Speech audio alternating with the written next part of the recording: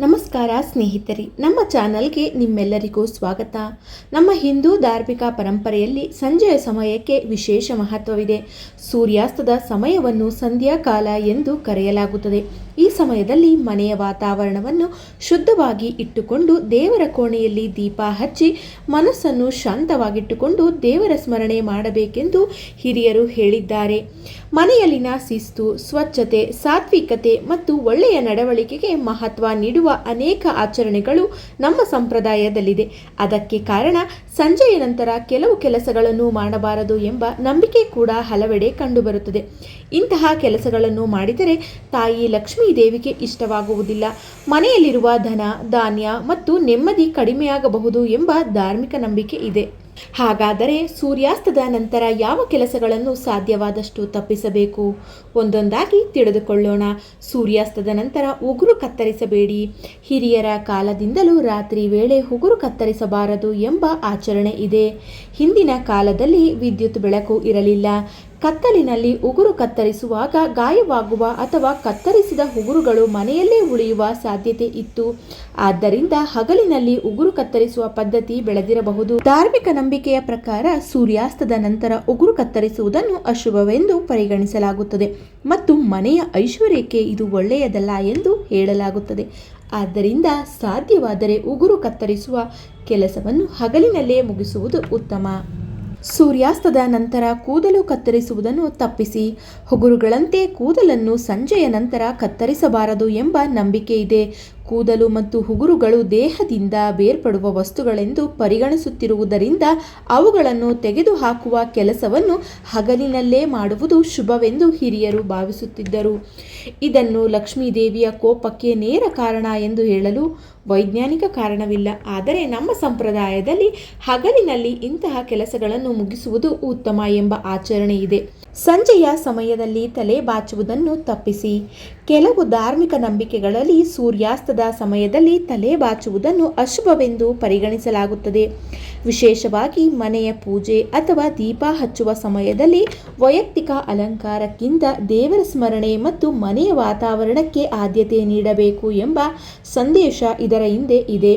ಆದ್ದರಿಂದ ಸಂಧ್ಯಾ ಸಮಯವನ್ನು ಸಾಧ್ಯವಾದಷ್ಟು ಶಾಂತವಾಗಿ ಕಳೆಯುವುದು ಉತ್ತಮ. ಸೂರ್ಯಾಸ್ತದ ನಂತರ ಮನೆ ಗುಡಿಸುವುದನ್ನು ತಪ್ಪಿಸಿ. ನಮ್ಮ ದೇಶದ ಅನೇಕ ಕುಟುಂಬಗಳಲ್ಲಿ ಸಂಜೆ ನಂತರ ಪೊರಕೆ ಹಾಕಬಾರದು ಎಂಬ ಸಂಪ್ರದಾಯವಿದೆ. ಇದಕ್ಕೆ ಒಂದು ಪ್ರಮುಖ ಧಾರ್ಮಿಕ ನಂಬಿಕೆ ಇದೆ. ಏನೆಂದರೆ ಪೊರಕೆಯನ್ನು ಲಕ್ಷ್ಮೀ ದೇವಿಯ ಸಂಕೇತವಾಗಿ ಬಳಸಲಾಗುತ್ತದೆ. ಸೂರ್ಯಾಸ್ತದ ನಂತರ ಮನೆ ಗುಡಿಸಿದರೆ ಲಕ್ಷ್ಮೀ ದೇವಿಯೊಂದಿಗೆ ಮನೆಯಲ್ಲಿರುವ ಸಂಪತ್ತು ಹೊರಗೆ ಹೋಗುತ್ತದೆ ಎಂದು ನಂಬಿಕೆ ಇದೆ. ಹೀಗಾಗಿ ಸಾಧ್ಯವಾದರೆ ಮನೆಯ ಮುಖ್ಯ ಸ್ವಚ್ಛತಾ ಕೆಲಸವನ್ನು ಸೂರ್ಯಾಸ್ತಕ್ಕೂ ಮುನ್ನವೇ ಮುಗಿಸಿಕೊಳ್ಳಿ. ಆದರೆ ತುರ್ತು ಪರಿಸ್ಥಿತಿಯಲ್ಲಿ ಅಥವಾ ಅನಾರೋಗ್ಯ ಮತ್ತು ಸ್ವಚ್ಛತೆಯ ಅಗತ್ಯವಿದ್ದರೆ ಮಾತ್ರ ಸ್ವಚ್ಛಗೊಳಿಸುವುದರಲ್ಲಿ ತಪ್ಪಿಲ್ಲ. ರಾತ್ರಿಯ ಮನೆಯ ಕಸವನ್ನು ಹೊರಗೆ ಹಾಕಬೇಡಿ. ಕೆಲವು ಸಂಪ್ರದಾಯಗಳಲ್ಲಿ ಸೂರ್ಯಾಸ್ತದ ನಂತರ ಮನೆಯ ಕಸವನ್ನು ಹೊರಗೆ ಹಾಕಬಾರದು ಎಂದು ಹೇಳಲಾಗುತ್ತದೆ. ಇದರ ಹಿಂದಿನ ಧಾರ್ಮಿಕ ನಂಬಿಕೆ ಏನೆಂದರೆ ಕಸದ ಜೊತೆ ಮನೆಯ ಲಕ್ಷ್ಮಿಯನ್ನು ಹೊರಗೆ ಕಳುಹಿಸಿದಂತಾಗುತ್ತದೆ. ಆದರೆ ಇಂದಿನ ಕಾಲದಲ್ಲಿ ಆರೋಗ್ಯ ಮತ್ತು ಸ್ವಚ್ಛತೆ ಅತ್ಯಂತ ಮುಖ್ಯ. ಕಸದಿಂದ ದುರ್ವಾಸನೆ ಅಥವಾ ಕೀಟಗಳ ಸಮಸ್ಯೆ ಉಂಟಾಗುತ್ತಿದ್ದರೆ ಆರೋಗ್ಯದ ದೃಷ್ಟಿಯಿಂದ ಸರಿಯಾದ ರೀತಿಯಲ್ಲಿ ಕಸವನ್ನು ವಿಲೇವಾರಿ ಮಾಡುವುದು ಅತ್ಯಂತ ಮುಖ್ಯ. ಸಂಜೆ ಉಪ್ಪನ್ನು ಸಾಲವಾಗಿ ನೀಡಬೇಡಿ. ಉಪ್ಪಿಗೆ ನಮ್ಮ ಸಂಪ್ರದಾಯದಲ್ಲಿ ವಿಶೇಷ ಸ್ಥಾನವಿದೆ. ಕೆಲವು ಜ್ಯೋತಿಷ್ಯ ನಂಬಿಕೆಗಳಲ್ಲಿ ಉಪ್ಪನ್ನು ಶುಕ್ರ ಮತ್ತು ಚಂದ್ರನೊಂದಿಗೆ ಸಂಬಂಧಿಸಲಾಗಿದೆ. ಆದ್ದರಿಂದ ಕತ್ತಲಾದ ನಂತರ ಉಪ್ಪನ್ನು ದಾನ ಮಾಡುವುದು ಅಥವಾ ಸಾಲವಾಗಿ ನೀಡುವುದು ಮನೆಯ ಐಶ್ವರ್ಯ ಮತ್ತು ಸಂತೋಷವನ್ನು ಹೊರಗೆ ಕಳುಹಿಸಿದಂತೆ ಎಂದು ಕೆಲವರು ನಂಬುತ್ತಾರೆ. ಈ ಕಾರಣದಿಂದ ಅನೇಕ ಮನೆಗಳಲ್ಲಿ ಸಂಜೆಯ ನಂತರ ಉಪ್ಪಿನ ವ್ಯವಹಾರವನ್ನು ತಪ್ಪಿಸುವ ಪದ್ಧತಿ ಇದೆ. ಅರಿಶಿನವನ್ನು ರಾತ್ರಿ ದಾನ ಮಾಡಬೇಡಿ. ಅರಿಶಿನವು ಮಂಗಳಕರತೆಯ ಸಂಕೇತ. ಮದುವೆ, ಪೂಜೆ ಮತ್ತು ಶುಭ ಕಾರ್ಯಗಳಲ್ಲಿ ಅರಿಶಿನಕ್ಕೆ ವಿಶೇಷ ಸ್ಥಾನವಿದೆ. ಹೀಗಾಗಿ ಸೂರ್ಯಾಸ್ತದ ನಂತರ ಅರಿಶಿನವನ್ನು ದಾನ ಮಾಡಬಾರದು ಎಂಬ ನಂಬಿಕೆ ಹಲವು ಪರಂಪರೆಗಳಲ್ಲಿ ಕಂಡುಬರುತ್ತದೆ. ಇದನ್ನು ಪಾಲಿಸುವವರು ಅರಿಶಿನ ಅಥವಾ ಇಂತಹ ಮಂಗಳಕರ ವಸ್ತುಗಳನ್ನು ದಾನವನ್ನು ಹಗಲಿನಲ್ಲೇ ಮಾಡುತ್ತಾರೆ. ಸಂಜೆ ಅನಗತ್ಯವಾಗಿ ಹಣದ ವ್ಯವಹಾರ ಮಾಡಬೇಡಿ. ಸೂರ್ಯಾಸ್ತದ ನಂತರ ಹಣವನ್ನು ಸಾಲವಾಗಿ ಕೊಡುವುದು ಅಥವಾ ಪಡೆಯುವುದು ಕೆಲ ಮನೆಗಳಲ್ಲಿ ತಪ್ಪಿಸಲಾಗುತ್ತದೆ. ಇದರ ಹಿಂದಿನ ಹಣಕಾಸಿನ ಹಣಕಾಸಿನ ಶಿಸ್ತಿನ ಒಂದು ಸರಳ ಸಂದೇಶವೂ ಇದೆ. ಸಂಜೆಯ ಸಮಯದಲ್ಲಿ ತುರ್ತು ನಿರ್ಧಾರಗಳನ್ನು ತೆಗೆದುಕೊಳ್ಳದೆ ಹಣದ ವ್ಯವಹಾರಗಳನ್ನು ಸರಿಯಾಗಿ ಪರಿಶೀಲಿಸಿ ಮಾಡುವುದು ಉತ್ತಮ. ಧಾರ್ಮಿಕ ನಂಬಿಕೆಯ ಪ್ರಕಾರ ಸಂಜೆಯ ಸಮಯದಲ್ಲಿ ಹಣ ಹೊರಗೆ ಹೋಗುವುದರಿಂದ ಮನೆಯ ಸಂಪತ್ತು ಕಡಿಮೆಯಾಗುತ್ತದೆ ಎಂದು ಕೆಲವರು ನಂಬುತ್ತಾರೆ. ಸಂಜೆಯ ಸಮಯದಲ್ಲಿ ಮಲಗಬೇಡಿ. ಸಂಧ್ಯಾಕಾಲವನ್ನು ಪೂಜೆ, ದೀಪಾರಾಧನೆ ಮತ್ತು ದೇವರ ಸ್ಮರಣೆಗೆ ಮೀಸಲಿಡಬೇಕು ಎಂದು ಭಾರತೀಯ ಸಂಪ್ರದಾಯ. ಆದ್ದರಿಂದ ಈ ಸಮಯದಲ್ಲಿ ಮಲಗುವುದನ್ನು ಕೆಲವು ಪರಂಪರೆಗಳಲ್ಲಿ ಅಶುಭವೆಂದು ಪರಿಗಣಿಸಲಾಗುತ್ತದೆ. ಸಂಜೆ ಮಲಗುವುದರಿಂದ ಸೋಮಾರಿತನ ಹೆಚ್ಚುತ್ತದೆ, ಕೆಲಸಗಳಲ್ಲಿ ನಿರ್ಲಕ್ಷ್ಯ ಬರುತ್ತದೆ ಮತ್ತು ಮನೆಯ ಅಭಿವೃದ್ಧಿಗೆ ಅಡ್ಡಿಯಾಗುತ್ತದೆ ಎಂಬ ನಂಬಿಕೆಯುಇದೆ. ಹೀಗಾಗಿ ಸಾಧ್ಯವಾದರೆ ಸಂಜೆಯ ಸಮಯದಲ್ಲಿ ಎದ್ದು ದೇವರ ಕೋಣೆಯಲ್ಲಿ ದೀಪ ಹಚ್ಚಿ ಕೆಲ ನಿಮಿಷ ಶಾಂತವಾಗಿ ಪ್ರಾರ್ಥನೆ ಮಾಡುವುದು ಉತ್ತಮ ಅಭ್ಯಾಸ. ಸಂಜೆಯ ಸಮಯದಲ್ಲಿ ಜಗಳ ಮಾಡಬೇಡಿ. ಇದು ಅತ್ಯಂತ ಮುಖ್ಯವಾದ ವಿಷಯ. ಸೂರ್ಯಾಸ್ತದ ಸಮಯದಲ್ಲಿ ಮನೆಯಲ್ಲಿ ಜಗಳ, ಕೂಗಾಟ, ಕೋಪ, ಅಶಾಂತಿ ಇರಬಾರದು ಎಂದು ಹಿರಿಯರು ಹೇಳುತ್ತಿದ್ದರು. ಏಕೆಂದರೆ ಸಂಜೆಯ ಸಮಯವು ಮನಸ್ಸನ್ನು ಶಾಂತಿಗೊಳಿಸುವ ಸಮಯ. ಮನೆಯ ಸದಸ್ಯರು ಪರಸ್ಪರ ಗೌರವದಿಂದ ಮಾತನಾಡಿದರೆ ಮನೆಯ ವಾತಾವರಣವು ಉತ್ತಮವಾಗಿರುತ್ತದೆ. ಧಾರ್ಮಿಕ ನಂಬಿಕೆಯ ಪ್ರಕಾರ ಶಾಂತಿ ಮತ್ತು ಸಂತೋಷ ಇರುವ ಮನೆಯಲ್ಲಿ ಲಕ್ಷ್ಮೀ ದೇವಿಯ ಅನುಗ್ರಹ ಇರುತ್ತದೆ ಎಂದು ಹೇಳಲಾಗುತ್ತದೆ. ಹಿರಿಯರೊಂದಿಗೆ ಜಗಳವಾಡಬೇಡಿ. ಸಂಜೆಯ ಸಮಯದಲ್ಲಿ ತಂದೆ, ತಾಯಿ, ಹಿರಿಯರು ಅಥವಾ ಮನೆಯ ಇತರ ಸದಸ್ಯರೊಂದಿಗೆ ವಾದ ಮಾಡುವುದು ತಪ್ಪು ಎಂದು ಪರಂಪರೆಯಲ್ಲಿ ಹೇಳಲಾಗಿದೆ. ಹಿರಿಯರನ್ನು ಗೌರವಿಸುವುದು ಭಾರತೀಯ ಸಂಸ್ಕೃತಿಯ ಪ್ರಮುಖ ಮೌಲ್ಯ. ಅವರೊಂದಿಗೆ ಸೌಮ್ಯವಾಗಿ ಮಾತನಾಡುವುದು ಮನೆಯಲ್ಲಿ ಶಾಂತಿ ಮತ್ತು ಉತ್ತಮ ಸಂಬಂಧವನ್ನು ಬೆಳೆಸುತ್ತದೆ. ಸಂಜೆ ದೀಪ ಹಚ್ಚಿ. ಇದುವರೆಗೆ ನಾವು ಮಾಡಬಾರದ ಕೆಲಸಗಳ ಬಗ್ಗೆ ಮಾತನಾಡಿದೆವು. ಈಗ ಮಾಡಬೇಕಾದ ಒಂದು ಅತ್ಯಂತ ಶುಭ ಕಾರ್ಯದ ಬಗ್ಗೆ ಮಾತನಾಡೋಣ. ಸೂರ್ಯಾಸ್ತದ ಸಮಯದಲ್ಲಿ ದೇವರ ಕೋಣೆಯಲ್ಲಿ ದೀಪ ಹಚ್ಚುವುದು ನಮ್ಮ ಸಂಪ್ರದಾಯದಲ್ಲಿ ಬಹಳ ಮಹತ್ವದಾಗಿದೆ. ದೀಪವು ಜ್ಞಾನ, ಶುಭ ಮತ್ತು ಸಕಾರಾತ್ಮಕತೆಯ ಸಂಕೇತ. ದೀಪ ಹಚ್ಚಿ ದೇವರನ್ನು ಸ್ಮರಿಸುವುದರಿಂದ ಮನಸ್ಸಿಗೆ ನೆಮ್ಮದಿ ದೊರೆಯುತ್ತದೆ ಮತ್ತು ಮನೆಯ ವಾತಾವರಣವು ಶಾಂತವಾಗುತ್ತದೆ. ಸಂಜೆ ಧೂಪ ಅಥವಾ ಸುಗಂಧ ವಸ್ತುಗಳನ್ನು ಬಳಸಿ. ಪೂಜಾ ಸಮಯದಲ್ಲಿ ಧೂಪ ಹಚ್ಚುವುದು ಅನೇಕ ಹಿಂದೂ ಮನೆಗಳ ಸಾಮಾನ್ಯ ಆಚರಣೆ. ಧೂಪದ ಪರಿಮಳದಿಂದ ಮನೆಯ ವಾತಾವರಣದಲ್ಲಿ ತಾಜಾತನ ಉಂಟಾಗುತ್ತದೆ. ಇನ್ನು ಧಾರ್ಮಿಕವಾಗಿ ನಕಾರಾತ್ಮಕತೆಯನ್ನು ದೂರ ಮಾಡುವ ಆಚರಣೆಯಾಗಿ ಪರಿಗಣಿಸಲಾಗುತ್ತದೆ. ಸೂರ್ಯಾಸ್ತದ ನಂತರ ತುಳಸಿಯನ್ನು ಮುಟ್ಟಬೇಡಿ. ತುಳಸಿ ಗಿಡಕ್ಕೆ ಹಿಂದೂ ಸಂಪ್ರದಾಯದಲ್ಲಿ ಅತ್ಯಂತ ಪವಿತ್ರವಾದ ಸ್ಥಾನವಿದೆ. ತುಳಸಿಯನ್ನು ವಿಷ್ಣುವಿಗೆ ಅತ್ಯಂತ ಪ್ರಿಯವಾದ ಸಸ್ಯವೆಂದು ಪರಿಗಣಿಸಲಾಗುತ್ತದೆ. ಅನೇಕ ಮನೆಗಳಲ್ಲಿ ತುಳಸಿಯನ್ನು ಲಕ್ಷ್ಮೀ ತತ್ವದೊಂದಿಗೆ ಕೂಡ ಸಂಪರ್ಕಿಸಲಾಗುತ್ತದೆ.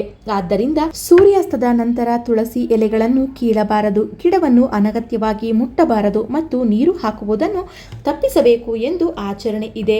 ತುಳಸಿ ಪೂಜೆ ಮತ್ತು ನೀರು ಹಾಕುವ ಕೆಲಸವನ್ನು ಬೆಳಿಗ್ಗೆ ಅಥವಾ ಹಗಲಿನಲ್ಲಿ ಮಾಡುವುದು ಉತ್ತಮ. ರಾತ್ರಿ ತುಳಸಿ ಎಲೆಗಳನ್ನು ಕೀಳಬೇಡಿ. ನೈವೇದ್ಯ ಅಥವಾ ಪೂಜೆಗೆ ತುಳಸಿ ಬೇಕಾದರೆ ಅದನ್ನು ಮುಂಚಿತವಾಗಿಯೇ ಕಿತ್ತು ಇಟ್ಟುಕೊಳ್ಳುವ ಪದ್ಧತಿ ಇದೆ. ರಾತ್ರಿ ತುಳಸಿ ಎಲೆ ಕೀಳುವುದನ್ನು ತಪ್ಪಿಸುವುದು ಸಂಪ್ರದಾಯ. ಇದನ್ನು ಪ್ರಕೃತಿಯ ಬಗ್ಗೆ ಗೌರವ ಮತ್ತು ಸಸ್ಯವನ್ನು ಸಂರಕ್ಷಿಸುವ ಆಚರಣೆಯಾಗಿ ಕೂಡ ನೋಡಬಹುದು. ರಾತ್ರಿ ಬಟ್ಟೆ ಒಗೆಯುವುದು ಅಥವಾ ಹೊರಗೆ ಒಣಗಿಸುವುದನ್ನು ತಪ್ಪಿಸುವ ಪದ್ಧತಿ ಇದೆ. ಹಳೆಯ ಕಾಲದಲ್ಲಿ ರಾತ್ರಿ ಬಟ್ಟೆಗಳನ್ನು ಹೊರಗೆ ಹಾಕುವುದು ಸುರಕ್ಷಿತವಾಗಿರಲಿಲ್ಲ. ಕತ್ತಲಿನಲ್ಲಿ ಕೀಟ, ಧೂಳು ಅಥವಾ ಇತರೆ ಅಶುದ್ಧ ವಸ್ತುಗಳ ಬಟ್ಟೆಗೆ ಅಂಟಿಕೊಳ್ಳುವ ಸಾಧ್ಯತೆ ಇತ್ತು. ಹೀಗಾಗಿ ರಾತ್ರಿ ಬಟ್ಟೆಗಳನ್ನು ಹೊರಗೆ ಒಣಗಿಸಬಾರದು ಎಂಬ ನಂಬಿಕೆ ಬೆಳೆದಿರಬಹುದು. ಕೆಲವು ಜ್ಯೋತಿಷ್ಯ ನಂಬಿಕೆಗಳಲ್ಲಿ ಇದನ್ನು ರಾಹುವಿನ ಪ್ರಭಾವದೊಂದಿಗೆ ಕೂಡ ಸಂಪರ್ಕಿಸಲಾಗುತ್ತದೆ. ರಾತ್ರಿ ಮೊಸರು ಸೇವಿಸುವ ಬಗ್ಗೆ ಇರುವ ನಂಬಿಕೆ. ಕೆಲವು ಧಾರ್ಮಿಕ ಆಚರಣೆಗಳಲ್ಲಿ ರಾತ್ರಿ ಮೊಸರು ಸೇವಿಸುವುದನ್ನು ತಪ್ಪಿಸುವ ಪದ್ಧತಿ ಇದೆ. ಆದರೆ ಇಲ್ಲಿ ಒಂದು ವಿಷಯವನ್ನು ನೆನಪಿನಲ್ಲಿಟ್ಟುಕೊಳ್ಳಬೇಕು. ಮೊಸರು ಎಲ್ಲರಿಗೂ ರಾತ್ರಿ ಹಾನಿಕಾರ ಎಂದು ವೈಜ್ಞಾನಿಕವಾಗಿ ಹೇಳಲು ಸಾಧ್ಯವಿಲ್ಲ. ಆಹಾರವು ವ್ಯಕ್ತಿಯ ದೇಹಸ್ಥಿತಿ ಮತ್ತು ಆಹಾರ ಪದ್ಧತಿಯ ಮೇಲೆ ಅವಲಂಬಿತವಾಗಿರುತ್ತದೆ. ಆದ್ದರಿಂದ ಇದನ್ನು ಧಾರ್ಮಿಕ ನಂಬಿಕೆ ಎಂದು ಮಾತ್ರ ನೋಡಬೇಕು. ಬಿಳಿ ಬಣ್ಣಕ್ಕೆ ಲಕ್ಷ್ಮೀ ತತ್ವದ ಸಂಬಂಧ. ಬಿಳಿ ಬಣ್ಣವು ಶುದ್ಧತೆ ಮತ್ತು ಸಾತ್ವಿಕತೆಯ ಸಂಕೇತವಾಗಿ ಪರಿಗಣಿಸಲಾಗುತ್ತದೆ. ಅಕ್ಕಿ, ಹಾಲು, ಮೊಸರು ಮತ್ತು ಮುಂತಾದ ಬಿಳಿ ವಸ್ತುಗಳಿಗೆ ಧಾರ್ಮಿಕ ಆಚರಣೆಗಳಲ್ಲಿ ವಿಶೇಷ ಸ್ಥಾನವಿದೆ.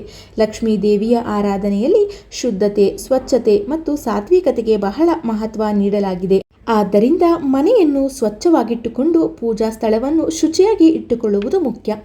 ಲಕ್ಷ್ಮೀ ದೇವಿ ಎಲ್ಲಿ ವಾಸಿಸುತ್ತಾಳೆ? ನಮ್ಮ ಧಾರ್ಮಿಕ ಪರಂಪರೆಯಲ್ಲಿ ಲಕ್ಷ್ಮೀ ದೇವಿಯು ಶುದ್ಧತೆ, ಮಂಗಳ ಮತ್ತು ಸಮೃದ್ಧಿ ಇರುವ ಸ್ಥಳಗಳಲ್ಲಿ ನೆಲೆಸುತ್ತಾಳೆ ಎಂಬ ಭಾವನೆ ಇದೆ. ಅರಿಶಿನ, ಕುಂಕುಮ, ಶುದ್ಧ ಅಕ್ಕಿ, ಚಿನ್ನ, ಬೆಳ್ಳಿ, ರತ್ನಗಳು ಮತ್ತು ಮಂಗಳಕರ ವಸ್ತುಗಳನ್ನು ಶ್ರೀ ತತ್ವದೊಂದಿಗೆ ಸಂಬಂಧಿಸಲಾಗಿದೆ. ಅದೇ ರೀತಿ ಪೂಜಾ ಸ್ಥಳ, ಶುದ್ಧವಾದ ಮನೆ, ಸದ್ಗುಣಶೀಲ ವ್ಯಕ್ತಿಗಳು ಮತ್ತು ಸಾತ್ವಿಕ ಜೀವನಕ್ಕೆ ಮಹತ್ವ ನೀಡಲಾಗಿದೆ.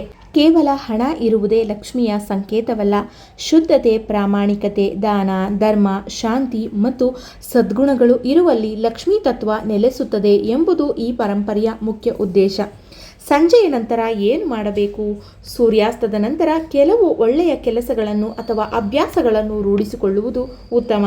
ದೇವರ ಕೋಣೆಯಲ್ಲಿ ದೀಪ ಹಚ್ಚಿ ಕೆಲವು ನಿಮಿಷ ದೇವರ ನಾಮಸ್ಮರಣೆ ಮಾಡಿ, ಮನೆಯ ಸದಸ್ಯರೊಂದಿಗೆ ಶಾಂತವಾಗಿ ಮಾತನಾಡಿ, ಮನೆಯ ಪೂಜಾ ಸ್ಥಳ ಮತ್ತು ಸುತ್ತಮುತ್ತಲಿನ ಪ್ರದೇಶವನ್ನು ಸ್ವಚ್ಛವಾಗಿಟ್ಟುಕೊಳ್ಳಿ. ಅನಗತ್ಯ ಜಗಳ ಮತ್ತು ಕೋಪವನ್ನು ತಪ್ಪಿಸಿ, ಹಿರಿಯರನ್ನು ಗೌರವಿಸಿ, ಮನೆಯ ಹಣಕಾಸಿನ ವಿಚಾರಗಳಲ್ಲಿ ಯೋಚಿಸಿ ನಿರ್ಧಾರ ತೆಗೆದುಕೊಳ್ಳಿ ಮತ್ತು ಮುಖ್ಯವಾಗಿ ಮನಸ್ಸಿನಲ್ಲಿ ಒಳ್ಳೆಯ ಆಲೋಚನೆಗಳನ್ನು ಬೆಳೆಸಿಕೊಳ್ಳಿ. ಸ್ನೇಹಿತರೆ, ಲಕ್ಷ್ಮೀದೇವಿ ಕೋಪಗೊಳ್ಳುತ್ತಾಳೆ ಎಂಬ ನಂಬಿಕೆಯನ್ನು ಭಯದ ರೂಪದಲ್ಲಿ ನೋಡುವುದಕ್ಕಿಂತ ಅದರ ಹಿಂದೆ ಇರುವ ಜೀವನದ ಸಂದೇಶವನ್ನು ಅರ್ಥ ಮಾಡಿಕೊಳ್ಳುವುದು ಹೆಚ್ಚು ಮುಖ್ಯ. ಮನೆ ಸ್ವಚ್ಛವಾಗಿರಲಿ, ಮನಸ್ಸು ಶುದ್ಧವಾಗಿರಲಿ, ಮಾತಿನಲ್ಲಿ ಸೌಮ್ಯತೆ ಇರಲಿ, ಹಣದ ವಿಷಯದಲ್ಲಿ ಶಿಸ್ತಿರಲಿ, ಹಿರಿಯರಿಗೆ ಗೌರವ ಇರಲಿ, ದೇವರ ಮೇಲೆ ಭಕ್ತಿ ಇರಲಿ, ಇತರರಿಗೆ ಸಾಧ್ಯವಾದಷ್ಟು ಸಹಾಯ ಮಾಡುವ ಗುಣ ಇರಲಿ. ಇಂತಹ ಗುಣಗಳಿರುವ ಮನೆಯಲ್ಲಿ ನಿಜವಾದ ಸಮೃದ್ಧಿ ಮತ್ತು ಸಂತೋಷ ಇರುತ್ತದೆ. ಆದ್ದರಿಂದ ಸಂಜೆಯ ಸಮಯವನ್ನು ಜಗಳ, ಕೋಪ ಮತ್ತು ಅನಗತ್ಯ ಚಟುವಟಿಕೆಗಳಿಗೆ ಬಳಸದೆ ದೀಪ ಹಚ್ಚಿ ದೇವರನ್ನು ಸ್ಮರಿಸಿ ಮನೆಯಲ್ಲಿ ಶಾಂತ ವಾತಾವರಣ ಕಾಪಾಡಿಕೊಳ್ಳಿ.